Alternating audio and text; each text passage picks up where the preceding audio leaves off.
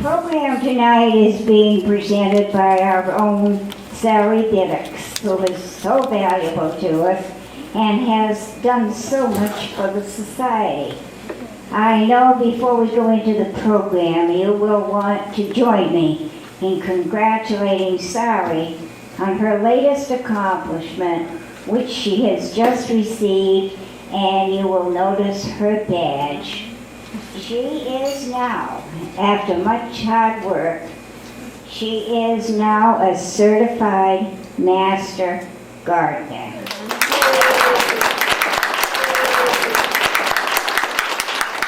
It's important that you listen carefully to the story.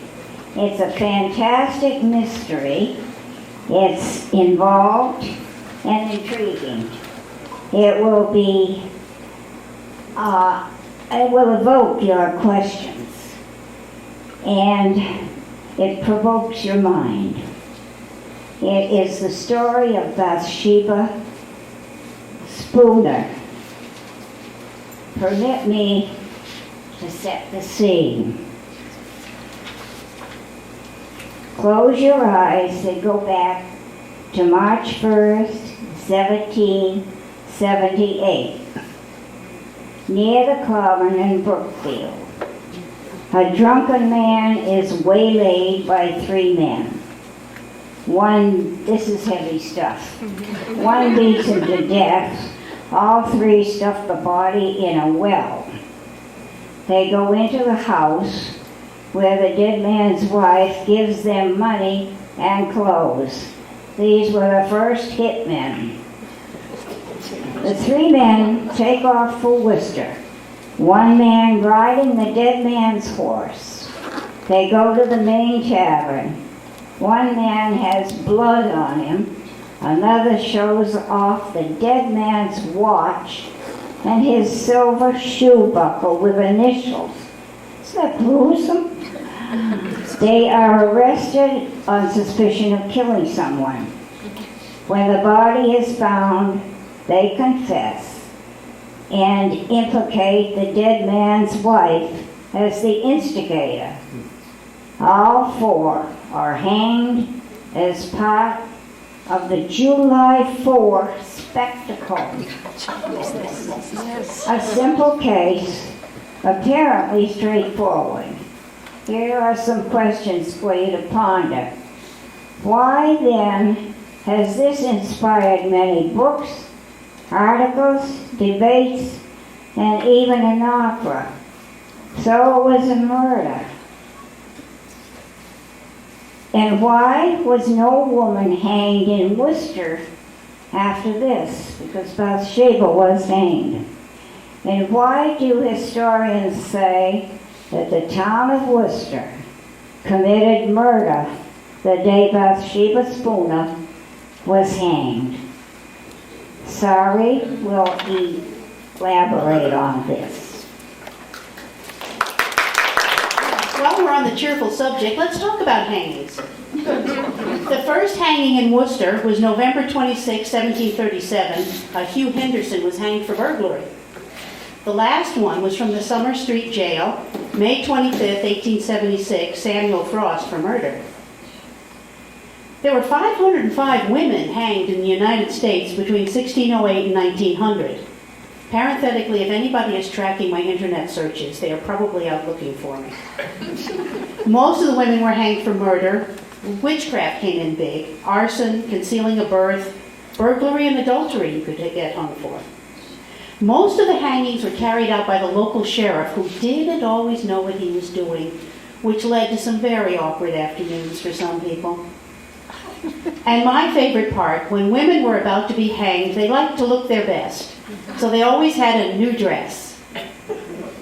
And if they couldn't afford a new dress, the women of the community would get together and make them one. Isn't that sweet? The oldest woman hanged was Rebecca Nurse, 71, hanged, of course, for witchcraft in Salem in 1692.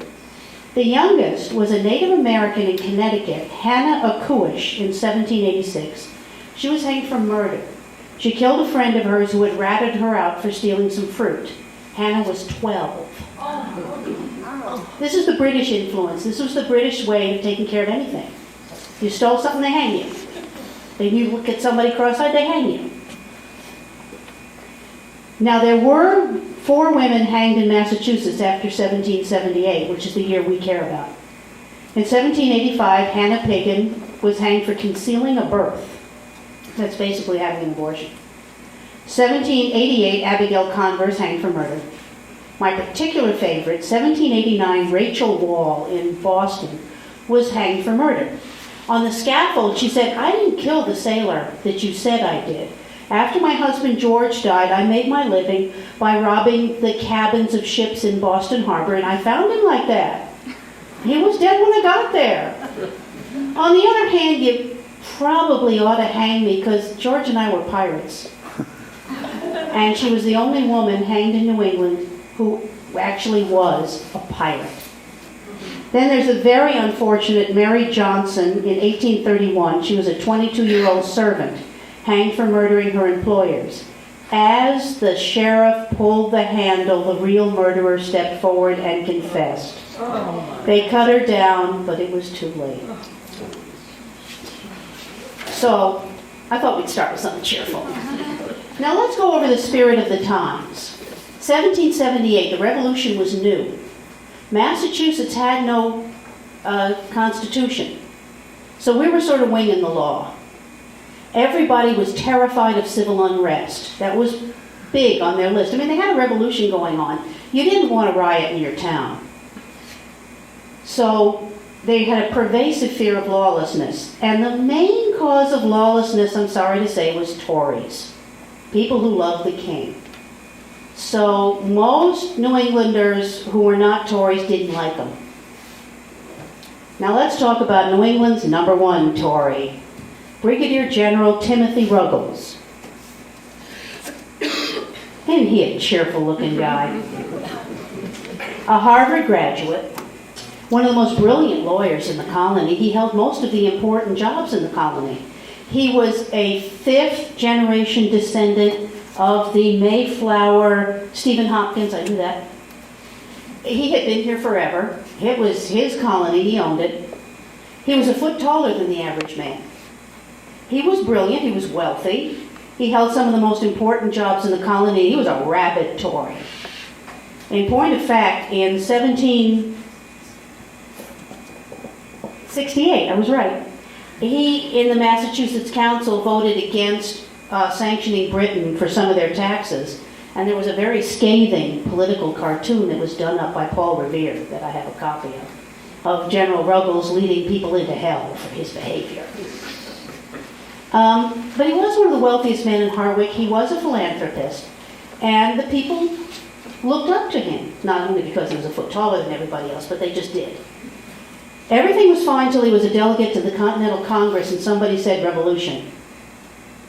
At which point he walked out. And the people, his neighbors, deferred to him till the day they ran him out of Hardwick. There's a story that may be apocryphal that his brother met him at the bridge and said, "Out." And Ruggles said to his brother, "I'm coming back with an army." And his dear brother said, "You're never coming back to this town alive." Well, he knew this was coming, so he arranged for his favorite daughter to marry a Brookfield businessman and farmer, so she'd be all set. What Timothy Ruggles knew about marriage would fill the head of a pin. His wife would upbraid him in public. She would insult him in public. It is even said, close your ears, Bob, that his wife served him his favorite dog in a pie.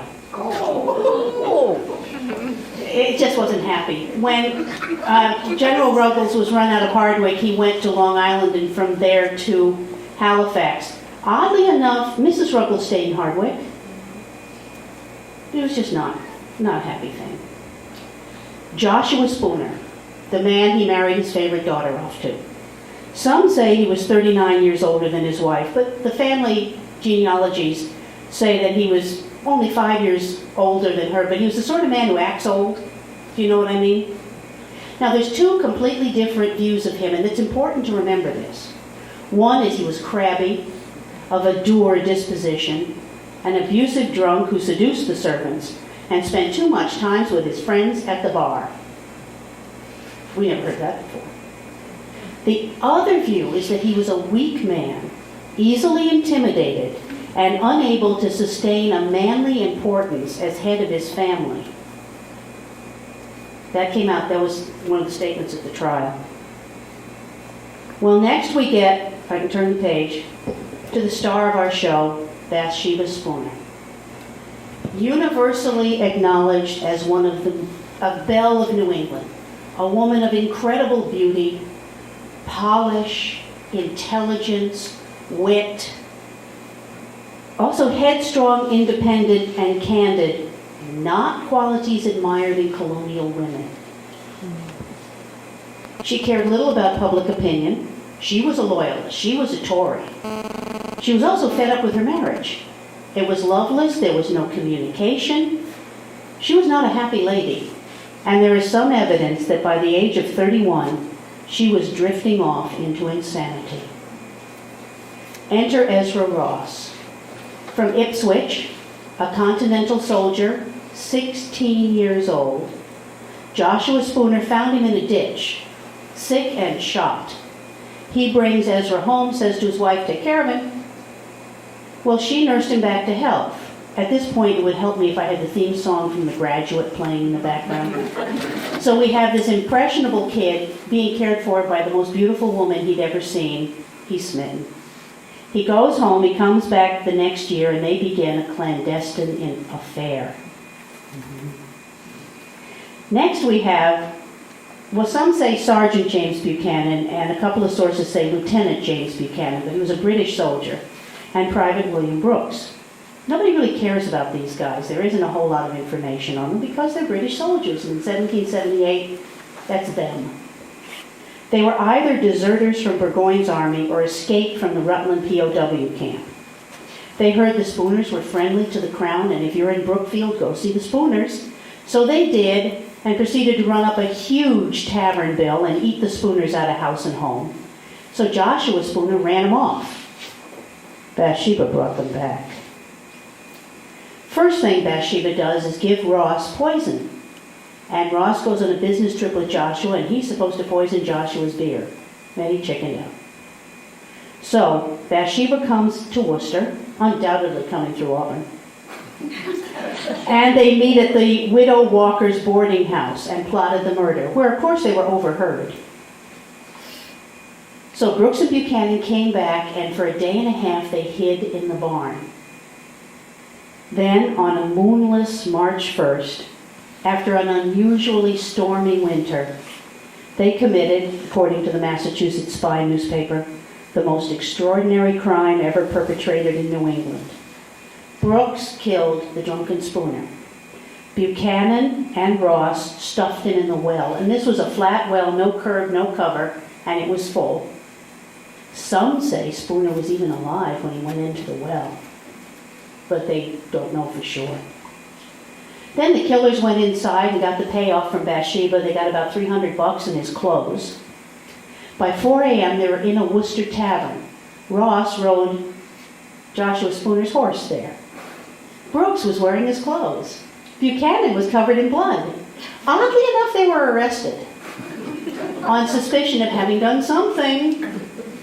Well, of course, in the morning, one of the Spooner's servants, or perhaps their slave, went out to draw water, and pretty soon all of Worcester County knew darn well what they'd done.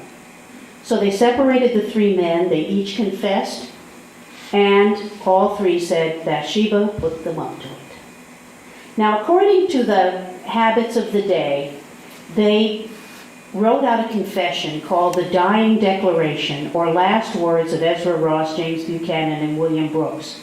Incriminating, detailed, lurid. The whole point, they were put up to it by the minister who wanted to save their souls, and they had to say exactly what they did and why they were sorry for it. And they printed it and actually sold it to hanging. One copy has a lovely skull and crossbones on one side and the picture of the devil on the other. Quite against the law, this was brought into court and used in evidence against them and was the basis for their conviction. And I have a number of copies of the Dying Declaration. You can read it with a magnifying glass. I did this out of the goodness of my heart, not because the copy machine at Staples went nuts and I couldn't stop it. Now, we have many quotes from those three men, but there's only three verifiable things from Bathsheba herself.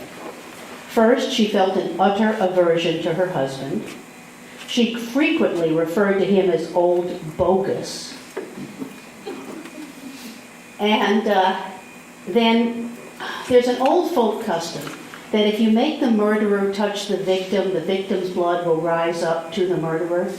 So the sheriff and the minister and the doctor drag Bathsheba into the living room and make her put her hand on Joshua's body. Nothing happened, except in the presence of all these witnesses, she looks down at him and says, "Poor little man." It's just sad. Now we enter one of the major players in this. One of the greatest men, not only in Worcester history, but in Massachusetts history. Not Jack Murphy. Somebody else. Sorry. Levi Lincoln Sr. He was apprenticed to a blacksmith as a young man, but he had a passion for education. Went to Harvard, graduated in 1772. Then he studied law, admitted to the bar in 1775. He was also a Minuteman and a patriot. He fought in some of the battles. He was a staunch patriot, and he was an abolitionist. He had a robust aversion to Tories. He was appointed to defend all four people at once. This is like asking Rush Limbaugh to defend Hillary Clinton. Now, at the time, Lincoln was a clerk of courts. I mean, he'd had less than 3 years' experience. And he's got the first capital case in Massachusetts, in American history. Poor little thing. After this trial, he became a probate judge. He went to the Mass Constitutional Convention. He was a congressman from 1801 to 1805. His friend, he made a dear friend in 1790 with some work he did. So his buddy Thomas Jefferson in 1801 appointed him Attorney General of the United States. From 1807 to 1808, he was Lieutenant Governor of Massachusetts. When Governor Sullivan died, Levi became the governor. He was never elected, but his son Levi Jr. was elected governor of Massachusetts. And his other son Enoch was governor of Maine. In point of fact, when Levi Jr. was prominent in Worcester, his cousin from out west came to visit and stayed for a few days. And then when said cousin was nominated for the presidency, Abe said, "No, you don't mean me. You mean my famous cousin in Massachusetts." So it's that Lincoln family. And there is quite a movement now to have the new courthouse in Worcester named after Levi Lincoln. I don't know if you've heard that or not. So we have the trial, April 24th. Now the murder is March 1st. The trial is April 24th. And trials in those days were different than they are now. Once those things started, they didn't stop. There was no adjournments, no recesses, no lunch. You just kept going. This one ran 16 hours from 8 a.m. to midnight. The prosecutor, remember we have poor Levi who's fresh out of law school, and the prosecutor, Robert Treat Paine, Attorney General of Massachusetts, Sons of Liberty, signer of the Declaration of Independence. So Levi's standing there going, "Whoa, Robert Treat Paine, whoa. Oh wait, I gotta defend these guys." The first capital case in Massachusetts. A great crowd came to see it. Trial was permeated by unfairness. One of the things they did is they took two of the Spooner's servants and the Spooner slave, who had all been arrested with the Spooners, and gave them immunity from prosecution if they testified, and then pretty much told them what to say. This is where we got the weak and mild and poor little Mr. Spooner. Oh, he was such a darling. I think they're the only ones who said it. Lincoln decided to present the United States' first insanity defense. Bathsheba Spooner was clearly insane. She had an affair. What other proof do you need? It's a good thing television didn't exist back there, but then no plots. The judge responded pretty much the way you did, and that was tossed. Then Lincoln said, well, what about poor Ross? I mean, he's only 17. He's just a kid. He was smitten. He had nothing to do with it, even by the other two guys' admission. That didn't work either. In point of fact, Levi Lincoln presented no witnesses for the defense. He actually didn't provide a defense at all. He didn't mention anything about Brooks and Buchanan even once. He believed Bathsheba was insane, and he tried. And he did try for Ross. They were convicted and condemned the same day. And the hanging was set for June 4th. Artemus Ward and Josiah Stone of Auburn fame signed the death warrant. Enter the Reverend Thaddeus McCarty. In 1747, he became the pastor of Old South Church. That would be down in the Common on Worcester, where the City Hall is now. He was the longest-serving minister. He was quite the preacher. I have a couple of copies of his sermons, if you'd like to see them afterwards. He'd go on for a couple hours. John Adams worked under McCarty when he taught school. McCarty thought Adams was a terrible teacher, because all he cared about was learning law. McCarty became a champion of Bathsheba. He knew she was guilty, but he was willing to move heaven and earth to get her a stay of execution and he did. He got a stay. He and Bathsheba, and I have a copy of a handwritten letter from Bathsheba to the Mass Governing Council looking for the stay. Stay from June 4th to July 2nd. Why? Bathsheba Spooner was the mother of 4, and it was about to be 5. McCarty was one of the few to believe her that she was pregnant. How can she be pregnant? She hasn't been intimate with her husband for 2 years. There ain't no other way. They did get the stay. There were 2 exams by midwives. The first one result was they were not quick with child. It was okay if she was pregnant as long as the kid wasn't moving. The second exam was a divided decision. That was June 24th, 1778. There were 6 members on the panel. And 3 of the male midwives and 1 female midwife said, yes, quick with child. 2 female midwives said, no, not quick with child.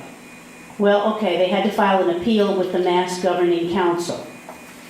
Now we have John Avery Jr., leading patriot, member of the Sons of Liberty, influential member of the Mass Governing Council. His was the deciding vote in the appeal, not pregnant, hanger.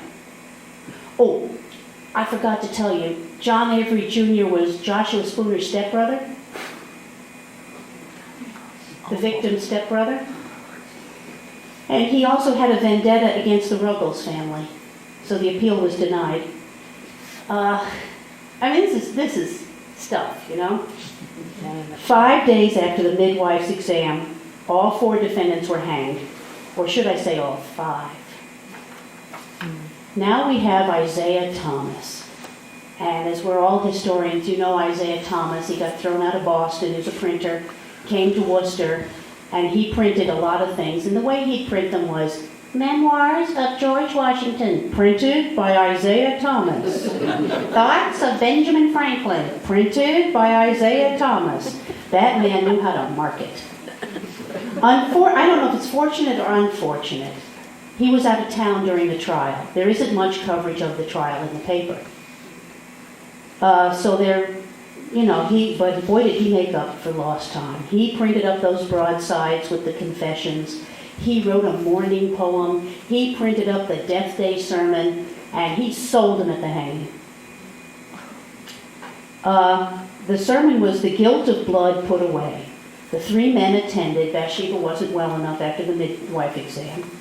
McCarty said the men would go to heaven because they confessed and repented. He was concerned about Bathsheba because she had done neither. So we have the hanging, July 2nd, 1778. And hanging in those days was supposed to be an example to you. So you wouldn't go running around and murder your husband. It's not done. It's supposed to be a deterrent. It's a solemn affair. To be treated properly and reverently. At the time, the town of Worcester had 2,000 residents. There were 5,000 people at the hanging. People with stands were selling lemonade, cakes, pies, spirits, fruits, vegetables, toys, and memorabilia. And you thought reality shows were new. And of course, Isaiah Thomas is running around selling his stuff to anybody who had a penny. The men marched to the gallows in Washington Square from the jail near the courthouse. Bathsheba rode in a chaise with the Reverend McCarty waving to her friends along the route. And in keeping with the traditions of the time, Bathsheba wore her wedding gown with an ostrich feather plume over her head. I'm told she looked quite fetching. Now, there's two schools of thought on this next one, too. Some of the places I researched had one thing and a couple had the other. Either she went up to the noose with great serenity and spoke with the sheriff, who was a friend of the family, or she shrieked and fought like a wildcat. I don't know, shrieked and fought like a wildcat does not go with, to my mind. It is generally reported that she said she justly died and hoped to see her Christian friends she left behind her in heaven, but none of them might go there in the ignominious manner that she did. Just as the hanging began, a huge thunderstorm rolled in. Isaiah Thomas wrote, "It seemed as if the author of nature was determined to add such terrors to the punishment of the criminals as must stagger the heart of the most abandoned." I love Isaiah Thomas. As the four were hanged, the Reverend McCarty fainted. Now, I'm going with Bathsheba being stoic to the end because before the hanging, she arranged that she would be autopsied. Because Bathsheba Spooner was the sort of woman who wanted to say, "I told you so." And they found beyond a shadow of a doubt she was 5 months pregnant with a boy. Now, there was a post-hanging sermon that I have here. And the Reverend wrote, "Bathsheba could not be brought to acknowledge her guilt or the justness of her sentence. It seems she went upon the mistaken principle that she was not an immediate actor. She declared that though she had planned the matter, yet that she never thought it would be executed, that she relented when she found they were in earnest. She didn't mean it." Now, Peleg Chandler, in his great 1844 American Criminal Trials, said the pregnancy was suppressed for 64 years. I have a copy of that over there. No. In Massachusetts, it was a law. You had to go to Sunday services. Worcester was a small town, and I have underlined the part in the sermon where the Reverend Thaddeus McCarty said, and she was pregnant with a 5-month duration male fetus. She was pregnant, she was right, so there was no suppression, with all due respect to Peleg Chandler. The Reverend R.H. Howard in The Republican in July of 1878 said, "The feeling against Mrs. Spooner had naturally been aggravated by prejudice against her family and her own open contempt for public opinion. But now that it was known that the vengeance of the laws had fallen on her unborn child, there was intense mortification at the needless haste of the proceedings. The terror which her punishment was meant to cause was largely neutralized by pity for her sufferings, and her crime was lost sight of in admiration for her beauty, her energy, and her fortitude." Which is a nice thing to say. Now, Bathsheba's other children, one of them only lived 21 days. Joshua Jr. vanished in 1790 at the age of 20. He may have been lost at sea. Elizabeth married in 1789 at the age of 22 and had 2 children, but she died young. Then there was little Bathsheba, named for her mother. She was 3 at the time of her father's death. And they had that open well in the back with no cover and no... She was the only child to see the body. She was the only one to live into her 80s. She was twice married, had 2 children, and died in a lunatic asylum in Cambridge, having been hopelessly insane for years and years and years. General Ruggles, who had fled to New York, had friends there who persuaded the New York papers not to print anything about the murders or the hanging until General Ruggles was safely in Halifax. So it is possible that he never knew what happened to his favorite child, because the children who remained never contacted him.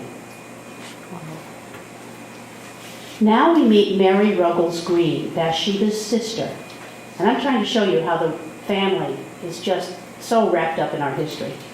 She married the first Dr. John Green, the man who left all the books to form the Worcester Public Library. And there were many John Greens after him who founded many other institutions in the Worcester area. In fact, they had a huge estate, and in 1905, the estate finally left the family, sold to the city of Worcester, and is now Green Hill Park. Mary Ruggles Green claimed Bathsheba's body. Then she became temporarily insane for some time due to the trial and hanging, but she recovered. Now the Gravesites. Do you remember what I told you about the two views of what Joshua was really like? Well, you can decide for yourself which is right when I tell you that no one claimed Joshua's body. They just left him there. Finally, he was interred in the Tufts family plot in Brookfield. The cemetery records, unfortunately, have been lost in a fire. Bathsheba's sister, Martha, married John Tufts. She claimed the body out of respect for her nieces and her nephew. And I have pictures of the gravestone here. And I think this is just the saddest part of the whole thing. His gravestone probably dates to the mid-1800s, and it says, Joshua Spooner, murdered March 1st, 1778 by 3 soldiers of the Revolution, Ross, Brooks, and Buchanan, at the instigation of his wife Bathsheba. They were all executed at Worcester, July 2nd, 1778. You don't get anything personal on your own gravestone? And it is said that no grass has ever grown on Joshua Spooner's grave. Now, I have been there myself. It's under a tree and it's all full of tree roots. No, I don't think so. As a new master gardener, I would expect moss. But it's a legend in Brookfield. Bathsheba's body and the baby's body were claimed by the sister Mary Green. The site was marked until some articles were written, and notably Elizabeth Cady Stanton wrote some things, women's rights, using Bathsheba as an example. And souvenir hunters came, so they removed the markers of the grave. But in the green line, the site of the grave was passed down from father to son until somebody waited too long, and the site was lost. Now, after John's death, Mary moved to 44 Moore Avenue in Worcester, and this would have been the early 1800s, and she took an 800-pound boulder with her. She had recovered from the insanity. She took an 800-pound boulder with her. Some say that she moved the bodies with it.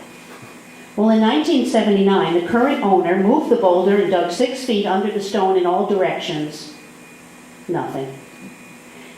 In 1957, the Green Mansion had to be raised at Green Hill Park because it was dangerous, and they said, maybe the bodies will turn up now. Others say that the grave never moved. It's near an old silo on the other side of the road from the petting zoo. A man named Stockwell, whose mother was Ida Green, and they don't know if it was that green or not, said the silo site was the right one. Samuel Swett Green wrote a wonderful article for the Worcester Antiquarian Society in 1888, and I have copies of it over there. He's a remote descendant of John Green. He says the remains are in the northeast portion of the estate, and in 1888 the site was still known to descendants. The family had noted eccentricities in Bathsheba's behavior prior to the murder. The family believed she was insane because she had an affair. Green maintained that it was Hardwick's treatment of Bathsheba that caused, Hardwick's treatment of General Ruggles that caused Bathsheba to go around the bend. The evidence showed that she was a remarkably eccentric person. The Reverend Lucius R. Page, historian of the town of Hardwick, says that he checked the ancestors and descendants of Ruggles and Bathsheba, and emphatically held the position that Bathsheba was insane. And he felt Bathsheba's end proved that insanity ran in the family. Esther Forbes, we know Esther Forbes, Johnny Tremaine, and the wonderful books about Paul Revere and Benjamin Franklin. In 1938, wrote this wonderful book, The General's Lady, loosely based on the life of Bathsheba Spooner. And I should. I'm holding this book. I have friends who came. I should thank my friends, the Pieces. Rita Ann Merrill Peace, thank you for coming. And my friend Debbie Norling, thank you for coming. Debbie gave me the book, by the way. So Esther Forbes, now I had the privilege of going to the American Antiquarian Society and looking at Esther Forbes' notes for some of her work. And sadly, there's nothing there about the general's lady. But this woman was meticulous in her notes. Tiny things. She also spells as badly as I did. And I'm happy to see that. She had a party in the 1930s, and the guests were all the available descendants of anyone who had anything to do with the Spooner case. Each contributed anecdotes that trickled down in the family. And she wrote, "Only one person in Worcester today knows exactly where Bathsheba is buried, and that person isn't telling.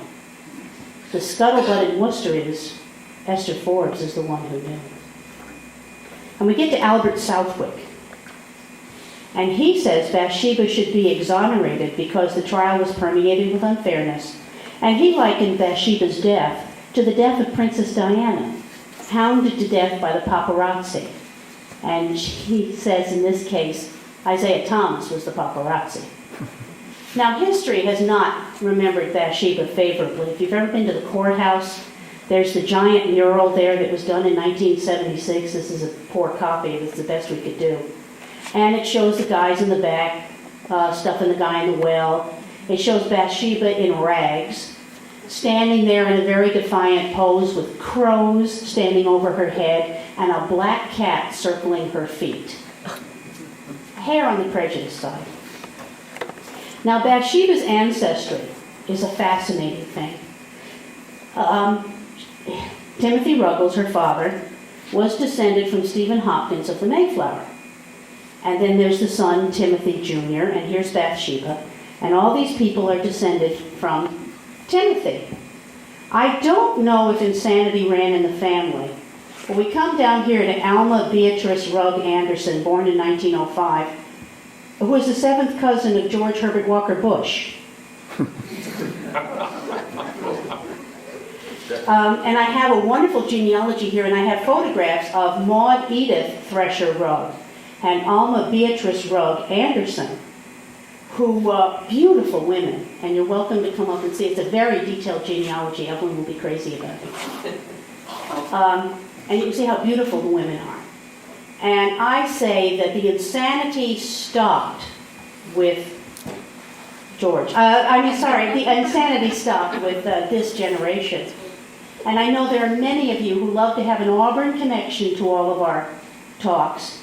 So we have Alma Beatrice Rugg Anderson, her son Kenneth Anderson Norling, and his daughter Deborah Norling, who is the seventh great-grandniece of Bathsheba Spooner herself. Oh, goodness sakes. And I would point out that Debbie's husband, John, never walks by an open well with her, and does like her to talk to soldiers.